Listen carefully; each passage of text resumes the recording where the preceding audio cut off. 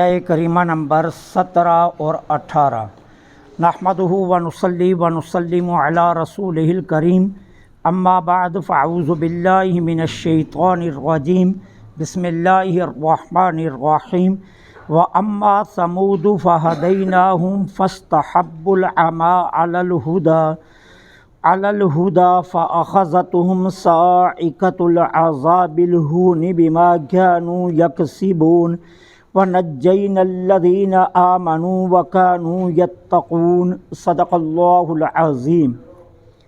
وَأَمَّا ثَمُودُ، اور بہرحال ثمود، فَهَدَيْنَاهُمْ، پس ہم نے ان کو ہدایت دی، فَاسْتَحَبُّوا، پس انہوں نے پسند کیا، العمیٰ، گمراہی کو، علی الہدی، ہدایت پر، فَأَخَذَتْهُمْ، پس پکڑ لیا ان کو، صاعقۃ العذاب الہون، ذلت کے عذاب کی کڑک نے، بما كانوا یکسبون، بسبب ان کے کرتوتوں کے، ونجینا الذین، اور ہم نے نجات دی، آمنوا، ان لوگوں کو جو ایمان لائے، وکانوا، اور تھے وہ، یتقون، اللہ سے ڈرنے والے۔ ثمود اس قبیلے کا نام ہے جس کی طرف اللہ تعالی عز و جل نے حضرت صالح علیہ السلام کو نبی بنا کر بھیجا۔ یہ اس قبیلے کا نام ہے ثمود۔ اچھا، اس آیہ کریمہ کے آغاز میں ایک بڑی عجیب بات ہے۔ اللہ تعالیٰ فرما رہے ہیں کہ ہم نے ان کو ہدایت دی، اور پھر انہوں نے گمراہی کو ہدایت پر ترجیح دی۔ چاہیے تو یہ تھا کہ جب اللہ تعالیٰ عز و جل نے ان کو ہدایت دی ہے تو پھر یہ ہدایت دائمی ہونی چاہیے، پھر ہمیشہ ہدایت پر وہ قائم رہتے۔ وہ ہدایت سے بہک کیسے گئے؟ اس کے لیے سب سے پہلے اس بات کو سمجھیے کہ ہدایت کے لفظ کے دو معنی ہیں۔ ایک معنی ہوتا ہے اراءۃ الطریق الموصل الی المطلوب، اور ایک ہوتا ہے اراءۃ الطریق۔ اراءۃ الطریق کا مطلب یہ ہوتا ہے کہ ایسی یا ایسا راستہ دکھانا جو انسان کو مطلوب تک پہنچا دے۔ اراءۃ الطریق، ایسا راستہ دکھانا جو انسان کو مطلوب تک پہنچا دے۔ اب اگلی بات، یہ الگ بات ہے کہ انسان مطلوب تک پہنچا یا نہیں پہنچا، لیکن اس کو ایسا راستہ دکھانا۔ اور ہدایت کا دوسرا معنی یہ ہوتا ہے کہ ایسی رہنمائی کرنا جو مطلوب تک پہنچا دینے والی ہو۔ اب ہدایت کے دو معنی ہیں۔ اب یہاں ہدایت کا پہلا معنی لیا جائے گا، مطلب کیا کہ اللہ تعالی عز و جل نے اپنی توحید پر دلائل قائم کیے اور انہیں عقل دی انسان کو۔ اب انسان اپنی عقل استعمال کر کے ان نشانیوں کو دیکھ کر وہ اللہ تک پہنچ سکتا ہے، اور پھر اس عقل کی مدد کے لیے اللہ تعالی نے انبیاء کو بھیجا، اور پھر انبیاء کی تائید کے لیے اللہ نے انہیں معجزے دیے۔ لیکن انہوں نے کیا کیا؟ انبیاء کی بات ماننے کے بجائے اپنے آباء و اجداد کی اندھی تقلید پر اڑے رہے اور انبیاء کی بات کو تسلیم نہیں کیا۔ چاہتے تو عقل کو استعمال کرتے، نظام کائنات میں نشانیاں دیکھتے اور ان نشانیوں سے توحید کو ڈھونڈتے، لیکن انہوں نے ایسا نہیں کیا۔ راستہ تو انہیں دکھایا گیا لیکن وہ منزل تک نہیں پہنچ سکے۔ اب اللہ نے راستہ دکھایا تو اللہ فرماتا ہے ہم نے تو ہدایت دے دی۔ اب قیامت، جہاں کوئی مبلغ نہیں پہنچا، جہاں کوئی تبلیغ کرنے والا نہیں پہنچا، جہاں کوئی ایمان کی دعوت دینے والا نہیں پہنچا، قیامت کے دن ان لوگوں کا بھی عذر قبول نہیں ہوگا کہ جی ہمارے پاس تو کوئی آیا ہی نہیں ہمیں کہنے والا۔ اللہ فرماتا ہے ساری مخلوق تو میں نے تمہارے سامنے اپنی ذات کی نشانی رکھی ہے، اتنا ہی انسان سمجھ لے کہ سورج کا نظام، دن اور رات کا نظام، کبھی ایسا ہوا کہ دن کو روک لیا گیا ہو؟ نہیں ہوا۔ کبھی ایسا ہوا کہ رات کو ٹھہرا لیا گیا ہو؟ ایسا نہیں ہوا۔ تو اس کا مطلب یہ ہے کہ اللہ ایک ہے جو اس نظام کو چلا رہا ہے۔ اگر دو ہوتے تو ایک کہتا دن چڑھاؤں گا، دوسرا کہتا میں نہیں چڑھنے دوں گا۔ اللہ قرآن میں خود فرماتے ہیں لَوْ كَانَ فِيهِمَا آلِهَةٌ إِلَّا اللَّهُ لَفَسَدَتَا، اگر اس کائنات میں دو خدا ہوتے تو ضرور فساد ہو جاتا۔ ایک کوئی بات کرتا ہے، ایک کوئی بات کرتا۔ اور سیدنا علی المرتضیٰ رضی اللہ تعالیٰ عنہ سے کسی نے پوچھا تھا کہ آپ نے خدا کو کیسے ڈھونڈا؟ تو کہا میں نے اپنے ارادوں سے رب کو ڈھونڈا ہے۔ کہا کیسے؟ کہا میں ایک ارادہ بناتا ہوں لیکن میرا ارادہ پایا تکمیل تک نہیں پہنچتا، کام وہ ہوتا ہے جو رب کا ہے۔ تو پتہ یہ چلا کہ کوئی ہے ذات کہ جو میرے ارادوں کو پایا تکمیل تک نہیں پہنچنے دے رہی، فیصلہ اس کا چل رہا ہے، میرے ارادوں کا نہیں چل رہا۔ تو اس کا مطلب یہ کہ کوئی ذات ہے جو اس نظام کو چلا رہی ہے۔ تو فاستخبوا العمی علی الہدی، اللہ فرماتے ہیں ہم نے ان کو ہدایت دی تھی، ان کے سامنے توحید کا پیغام رکھا تھا، ان کے سامنے جو ہے انہوں نے دیکھا اپنی آنکھوں سے کہ صالح علیہ السلام نے انہیں تبلیغ بھی کی اور اللہ نے عقل بھی دی تھی کہ ان باتوں کو سنا جاتا، لیکن انہوں نے اپنی عقل کو تسلیم نہیں کیا اور اپنے آباء و اجداد کی اندھی تقلید پر اڑے رہے۔ تو انہوں نے گمراہی کو ہدایت پر ترجیح دی۔ فاستخبوا العمی علی الہدی، پھر فَأَخَذَتْهُمُ الصَّاعِقَةُ عذاب الہون۔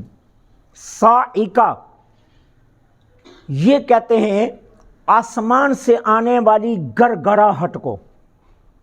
اب قرآن کریم نے صاعقہ کا لفظ 3 مختلف مواقع پر استعمال کیا۔ ایک موقع پر اس کو موت کے معنی میں، ایک موقع پر بادلوں کے گرجنے کے معنی میں، اور ایک موقع پر بجلی کے چمکنے کے معنی میں، لیکن تینوں کا تعلق آسمان سے ہے۔ پیغام موت بھی آسمان سے ہی آتا ہے، بجلی بھی آسمان سے چمکتی ہے، بادلوں کی گڑگڑاہٹ بھی آسمان سے آتی ہے۔ تو اللہ فرماتا ہے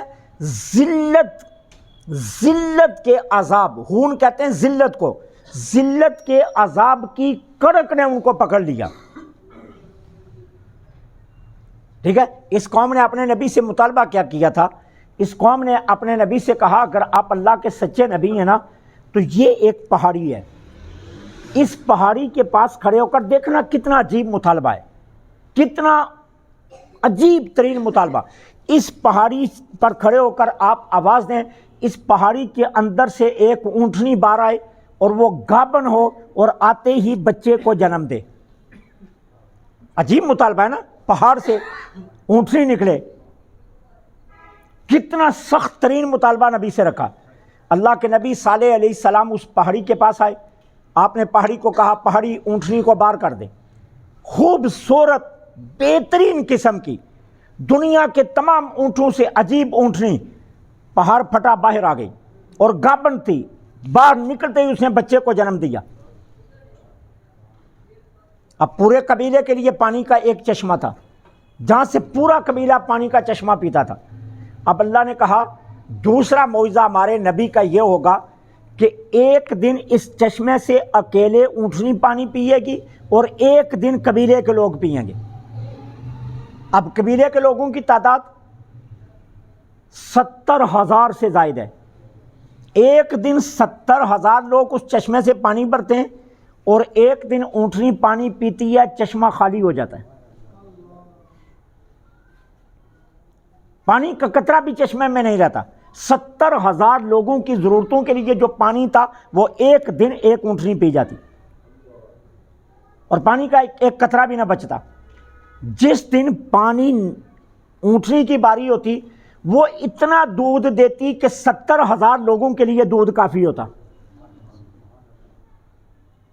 سارا قبیلہ اس دن اونٹنی کا دودھ پیتا اور اگلے دن ان کی باری، اب پانی پیا اونٹنی دودھ نہیں دے گی۔ یہ اس سے بھی عجیب تر معجزہ۔ ٹھیک ہے، اب ان کے پاس اب کوئی دلیل نہیں تھی، اور میں نے آپ کو پہلے بتایا کہ جب کسی انسان کے پاس دلیل نہ رہے تو پھر وہ لڑائی پر آتا ہے. ہمیشہ لڑائی پر وہ شخص آتا ہے جس کے پاس دلیل نہیں ہوتی. جس کے پاس دلیل ہوتی ہے وہ تھم کر اپنے دلائل کی بنیاد پر بات کرتا ہے، اور جس کے پاس دلائل نہیں نہ ہوتے وہ بندوق چلاتا ہے. بندوق صرف وہی شخص چلاتا ہے جس کے پاس دلیل نہیں ہوتی. اب ان کے پاس کوئی دلیل نہ رہی کہ صالح علیہ السلام کو جھوٹا کہتے ہیں علیہ باللہ. اب جو مطالبہ کیا وہ بھی کر کے دکھایا. پھر یہ اونٹنی کا پانی پینا اور 70,000 لوگوں کے لیے دودھ دینا، یہ اس سے بھی عجیب معجزہ. پھر پتھر سے نکلتے ہی گابن ہونا اور پھر بچے کو جنم دینا، یہ اس سے بھی عجیب معجزہ. اب انہوں نے کیا کیا؟ شیطان کے بہکانے پر جس دن اونٹنی کی پانی پینے کی باری تھی اس دن ان کے چند شرپسند لوگ سارے قبیلے کی مرضی سے پہاڑی کے دامن میں جا کر بیٹھے اور اونٹنی کا انتظار کرنے لگے. جب اونٹنی پانی پی کر واپس آ رہی تھی انہوں نے تلواریں لے کر اونٹنی کی کونچیں کاٹ دی. اونٹنی وہاں تڑپ تڑپ کر مر گئی. اب اصل میں یہ توہین اونٹنی کی نہیں تھی، یہ نبی کے معجزے کی توہین تھی، اور اللہ یہ برداشت نہیں کرتا. کوئی نبی کی توہین کرے یا نبی کے معجزے کی توہین کرے، اللہ یہ برداشت نہیں کرتا. اب اصل یہ اونٹنی کی توہین نہیں تھی. ہزاروں اونٹنیاں ذبح ہوتی ہیں، ہزاروں اونٹنیاں تیروں سے ماری جاتی ہیں. اب جب انہوں نے کونچیں کاٹی نا تو کیا ہوا؟ اونٹنی تڑپ کر مر گئی، اور بچے نے چیخ ماری جو اونٹنی کا بچہ تھا، وہی پہاڑ پھر پھٹا اور وہ بچہ اندر چلا گیا. اب اللہ تعالی عز و جل نے اپنے نبی کی طرف وحی کی، ہمارے نبی صالح یہ قوم ہدایت کے قابل نہیں، اب ہم نے ان کو تباہ کرنے کا فیصلہ کر لیا. اور پھر یہ قوم تباہ و برباد اس طرح کی گئی کہ صفائی استی پر نام و نشان بھی نہیں رہنے دیا گیا. اللہ نے اس قوم کو برباد کر دیا. اب اللہ تعالیٰ فرما رہے ہیں رہے قوم سمود، ہم نے تو ان کو ہدایت دی تھی. نظام کائنات ہماری ہدایت کا سب سے بڑا پیغام ہے، خود ہمارا وجود ہماری ہدایت کا سب سے بڑا پیغام ہے. ہم اپنے وجود پر ہی سوچیں، انگلیاں پانچوں برابر کیوں نہیں بنائی گئی؟ یہ تھم الگ کیوں دور رکھا گیا؟ یہ انگلیوں کے اندر فرق کیوں رکھا گیا؟ تو یہ ہمیں دعوت دے رہا ہے کہ کوئی خالق ہے جس نے حکمتوں کے تحت، اور حکمتیں تب سمجھ آتی ہیں جب دو کٹ جائیں تو پھر پتہ چلتا ہے نہیں مالک بڑا کمال کا تھا. چار رہیں تھم کٹ جائے اور چار انگلیاں موجود رہیں، ایک تھم کٹا ہے، چار کسی چیز کو نہیں اٹھا سکتی. معلوم ہوا یہ تھم واقعی ہی کمال کا تھا، خالق نے بڑی مہربانی سے حکمت سے بنایا ہے. تو یہ دعوت توحید ہے، لیکن انہوں نے اس کو قبول نہیں کیا. اللہ فرماتا ہے پھر سخت عذاب، ذلت والے عذاب کی کڑک نے ان کو پکڑا. پھر کیا ہوا؟ وہی جو بچے نے چیخ ماری تھی نا، وہ چیخ آسمان کی طرف گئی اور پھر پلٹی اور اتنی گڑگڑاہٹ آئی کہ اس کی وجہ سے ان لوگوں کے دل پھٹ گئے. اتنی گڑگڑاہٹ آسمان سے آئی کہ ان کے دل پھٹ گئے، اور دل پھٹ کر یہ وہ تباہ و برباد ہو گئے. اللہ کیا فرما رہے؟ وَنَجَّيْنَا الَّذِينَ آمَنُوا، ہم نے بچا لیا ان کو جو ایمان لائے تھے، ہم نے بچا لیا ان کو جو ایمان لائے تھے. اور اللہ نے ایسی قدرتیں کئی بار نبیوں کی قوموں کو دکھائی تھی، ہمارے آقا کی امت کو بھی دکھائی گئی. یہ درمیان میں خندق ہے، ادھر صحابہ کے خیمے لگے ہیں اور ادھر کفار کے خیمے لگے ہیں. آندھی چلی ہے، ادھر خیمے اکھڑ رہے ہیں، جانور اڑ رہے ہیں، دیچکیاں اڑ رہی ہیں، تنابیں کٹی جا رہی ہیں، جانور کوئی کدھر جا کر گر رہا ہے، اور ادھر پتہ ہی نہیں ہوا ابھی آئی ہے کہ نہیں بھی. یہ صحابہ کے خیمے لگے، یہاں پتہ نہیں، اور یہاں کافروں کے خیمے اڑ رہے ہیں ہوا سے. اللہ نے اپنی قدرت کی کئی نشانیاں کئی مواقع پر دی ہیں، ایک موقع پر نہیں. یہاں بھی اللہ تعالیٰ نے کیا کیا؟ کڑک بھیجی. یہ ساتھ کھڑا کافر مر رہا ہے اور یہ کھڑا مسلمان بچ رہا ہے، ساتھ ساتھ کھڑے ہیں. اللہ اس کو بچا رہا ہے، اس کو مار رہا ہے. ابرا کے جو کہتے ہیں نا، ابرا کی جو فوج اللہ نے تباہ کروائی تھی نا ابابیلوں سے، تو ابابیلوں کے منہ میں جو کنکر دیا گیا تھا نا اس کی جو اپنا وزن بھی چھٹانگ نہیں بنتا، تو وہ کوئی پہاڑ تو نہیں اٹھا کر لایا تھا، وہ تو چھٹانگ سے بھی کم تولے کا پتھر تھا۔ مفسرین کرام نے کہا تولا وزن جتنا ہوتا ہے نا اتنے اتنے پتھر تھے ابابیل کے منہ میں، لیکن اللہ نے کیا ہر پتھر کے اوپر اس کافر کا نام لکھا تھا۔ ابابیل اپنی پرواز کر رہا ہے، اوپر سے پتھر پھینک رہا ہے، جس کافر کے نام کا پتھر ہے اس کے سر پر لگتا ہے اور یہاں سے چر کر دو ٹکڑے ہو رہا ہے تولے کے پتھر سے۔ وہ اپنی قدرت کی نشانیاں دکھاتا ہے۔ نجینا الذین آمنوا، ہم نے نجات دے دی ایمان والوں کو، بچا لیا صالح علیہ السلام اور ان پر جتنے لوگ ایمان لائے تھے، اللہ نے ان کو بچا لیا۔ وہیں تباہی آئی ہے، لیکن یہ لوگ بچ گئے، انہیں کچھ بھی نہیں ہوا۔ اب اللہ اپنے محبوب سے بھی یہی فرما رہے ہیں، محبوب مکہ والے اگر اپنی سرکشی اور ہٹ درمی سے باز نہ آئے اور اگر عذاب کا بھیجا جانا ناگزیر ہو گیا اور ان کی تباہی اور بربادی مقدر ہو گئی، تو پھر ایک بات آپ ذہن میں رکھنا، آپ کو گھبرانے کی ضرورت نہیں، ہم آپ کو اور آپ کے متبعین کو بچا لیں گے اور انہیں برباد کر دیں گے۔